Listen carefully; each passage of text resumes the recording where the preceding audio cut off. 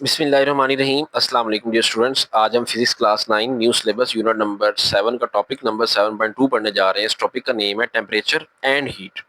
इस वीडियो में हम देखेंगे क्या टेम्परेचर और हीट में कोई डिफरेंस है। हम यूजुअली जो है टेम्परेचर और हीट को सेम कंसीडर कर रहे होते हैं। क्या ऐसा ही है, हीट और टेम्परेचर एक ही चीज़ है या डिफरेंट चीज़ें हैं, ये इस टॉपिक में हम देखेंगे। इसके अलावा हम देखेंगे टेम्परेचर और इंटरनल एनर्जी का आपस में रिलेशन क्या है, इंटरनल एनर्जी होती क्या है। ये सारी चीज़ें इस वीडियो में देखेंगे, तो वीडियो को लास्ट तक देखिएगा।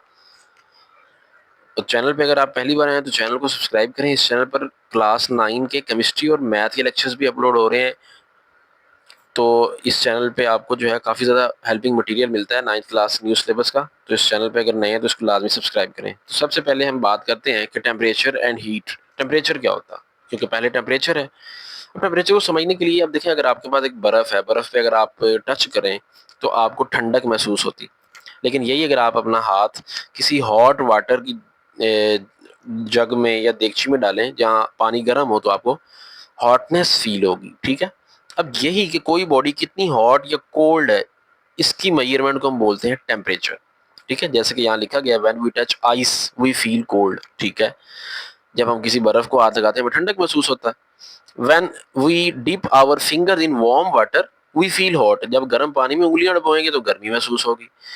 Thus, by sense of touch, we can tell which body is colder or hotter.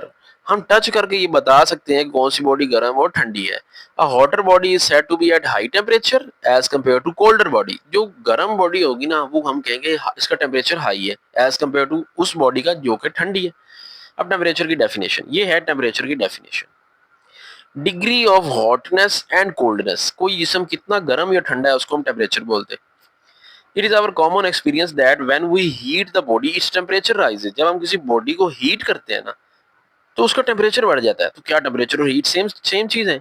बिल्कुल भी ऐसा नहीं है। अभी हम देखते हैं क्यों। प्रोसेस ऑफ हीटिंग, जब आप किसी बॉडी को हीट कर रहे होते हो ना, बेसिकली आप प्रोवाइड कर रहे होते हो उसको थर्मल एनर्जी। ठीक है। To the body which is cause the rise in temperature, जो कि उसके टेम्परेचर के इजाफे का बाइस बनती। अब टेम्परेचर की एक और डेफिनेशन है। Temperature can also be defined as the physical quantity. अब देखिए, ये फिजिकल क्वांटिटी है।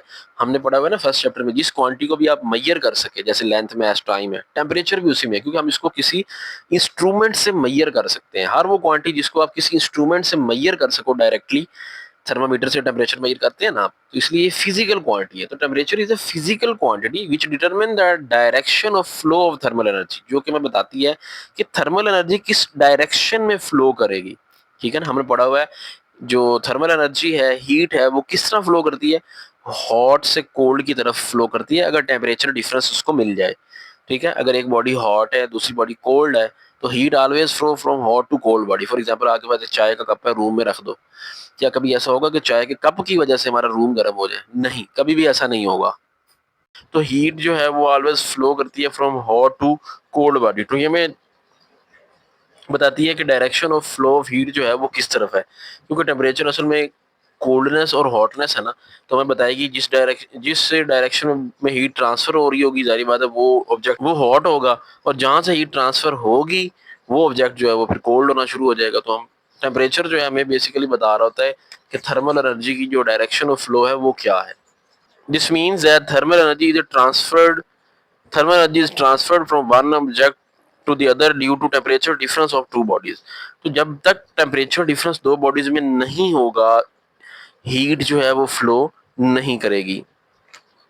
अब अगर दो बॉडीज है, दोनों का टेम्परेचर 100 डिग्री सेंटीग्रेड है, तो उनसे कभी भी ना हीट एक बॉडी से दूसरी बॉडी में ट्रांसफर नहीं करेगी, क्योंकि दोनों का जो है टेम्परेचर दोनों का डिफरेंट होना चाहिए। अगर एक बॉडी का 100 है तो दूसरी बॉडी का टेम्परेचर जो है वो 150 होना चाहिए, तब वो 150 वाली से 100 वाली बॉडी में जो है हीट ट्रांसफर करेगी। अगर टेम्परेचर सेम हो, वो थर्मल इक्विलिब्रियम होता है।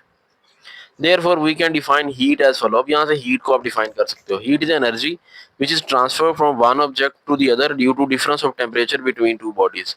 दो बॉडीज के दरमियान टेम्परेचर की डिफरेंस की वजह से जो एनर्जी ट्रांसफर होती है ना, उसको हम क्या बोलते हैं? हीट। तो ये हीट की डेफिनेशन आपने याद करनी है, उसके साथ आपने इसका यूनिट भी लिख लेना है। हीट का जो यूनिट होता है, एसआई यूनिट ऑफ हीट, वो होता है जॉउल।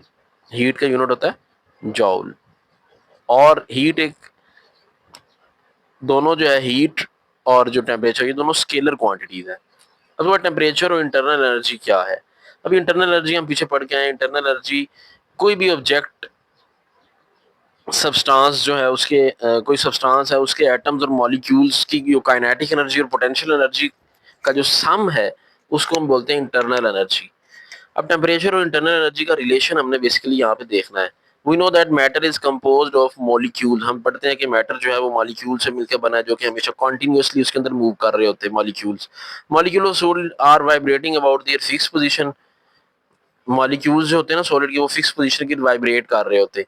The molecules of a liquid are sliding over one another. ये पीछे सारी प्रॉपर्टीज पढ़ के आए हैं पिछले लेक्चर में। जो सॉलिड की प्रॉपर्टीज हैं उसमें मॉलिक्यूल्स एक दूसरे के साथ जुड़े हुए होते हैं, और वो जो है वो एक जगह से दूसरी जगह ज्यादा ना हरकत नहीं कर सकते, लेकिन वो वाइब्रेट कर सकते हैं। लेकिन जो लिक्विड के मॉलिक्यूल्स होते हैं उनके दरमियान फोर्सेज ऑफ अट्रैक्शन थोड़ा वीक होती हैं, जिसकी वजह से मॉलिक्यूल एक दूसरे पर स्लाइड्स कर सकते हैं। The molecule of gas are randomly moving. Gas के जो मॉलिक्यूल्स हैं वो रैंडमली मूव करते हैं, क्योंकि उनके दरमियान अट्रैक्टिव फोर्सेस बहुत ज्यादा वीक होती हैं। The molecule possess kinetic energy on account of their motion and potential energy is also associated with because of their attractive forces. अब चूंकि वो मॉलिक्यूल मूव कर रहे हैं, मोशन की वजह से उनमें काइनेटिक एनर्जी भी है, और उन मॉलिक्यूल्स के दरमियान हमने पढ़ा था काइनेटिक थ्योरी ऑफ गैसेस का एक पास्टुलेट था कि उनके दरमियान अट्रैक्टिव फोर्स होती है। उस अट्रैक्टिव फोर्स की वजह से ना उन मॉलिक्यूल्स में पोटेंशियल एनर्जी भी होती है। तो काइनेटिक एनर्जी भी होती है, पोटेंशियल एनर्जी भी होती है। इन दोनों को जब आप सम करते हो ना, तो उसको हम बोलते हैं, अब ये इंटरनल एनर्जी है उसकी। The sum of kinetic energy and potential energy of the molecules of an object is called internal energy. तो ये इंटरनल एनर्जी की डेफिनेशन भी आपने याद करनी है। इंटरनल एनर्जी का यूनिट वही है जो हीट का है, जूल। ठीक है। When we heat a substance, जब आप किसी सब्सटेंस को हीट करते हो, its molecular motion become more vigorous, which means an increase in the internal energy। जब आप किसी सब्सटेंस को हीट करते हैं ना, तो उसके अंदर जो मॉलिक्यूल्स की मोशन है वो बहुत तेज हो जाती है, जिसकी वजह से वो कहते हैं उनकी इंटरनल एनर्जी जो है वो बढ़ गई है। As a result temperature of the substance rises, जिसकी वजह से टेम्परेचर बढ़ जाता है। The heat energy transfer to a body increases the internal energy of its molecule due to which temperature rises. तो हम यहाँ से ये कह सकते हैं कि अगर किसी ऑब्जेक्ट का इंटरनल एनर्जी बढ़ गई है ना, तो मतलब उसका टेम्परेचर इंक्रीज कर गया। तो टेम्परेचर और इंटरनल एनर्जी एक दूसरे के डायरेक्टली प्रोपोर्शनल है। Temperature is directly proportional to U. U होता है इंटरनल एनर्जी। ठीक है। तो जितना इंटरनल एनर्जी बढ़ेगी, टेम्परेचर मतलब ज्यादा हो गया। Remember that it is not a true to say that a substance contains heat. The substance contains internal energy। तो हम ये कहेंगे कि इस substance के अंदर जो है वो internal energy है, heat नहीं है। जब भी कोई ऑब्जेक्ट हॉट है तो हम उसको कहेंगे इसकी इंटरनल एनर्जी जो है वो ज्यादा है। The word heat is used only when referring to the energy actually in transit from hot to cold body. Heat का वर्ड तब यूज होगा जब हम एनर्जी जो है वो ट्रांसफर हो रही होगी एक ऑब्जेक्ट से दूसरे ऑब्जेक्ट में, तब तो हम कहेंगे कि हीट है, हीट ट्रांसफर हो रही है। लेकिन अगर किसी ऑब्जेक्ट के अंदर ही बस हीट है तो हम उसको फिर हीट नहीं बोलेंगे। हीट का वर्ड तब है जब हीट ट्रांसफर होगी। ठीक है। तो अगर हीट ट्रांसफर नहीं हो रही एक ऑब्जेक्ट के अंदर से, तो हम कहेंगे ये उसकी इंटरनल एनर्जी है।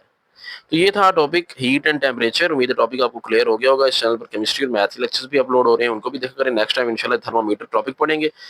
मिलते हैं नेक्स्ट वीडियो में। अपना ख्याल रखिएगा। अल्लाह हाफिज़।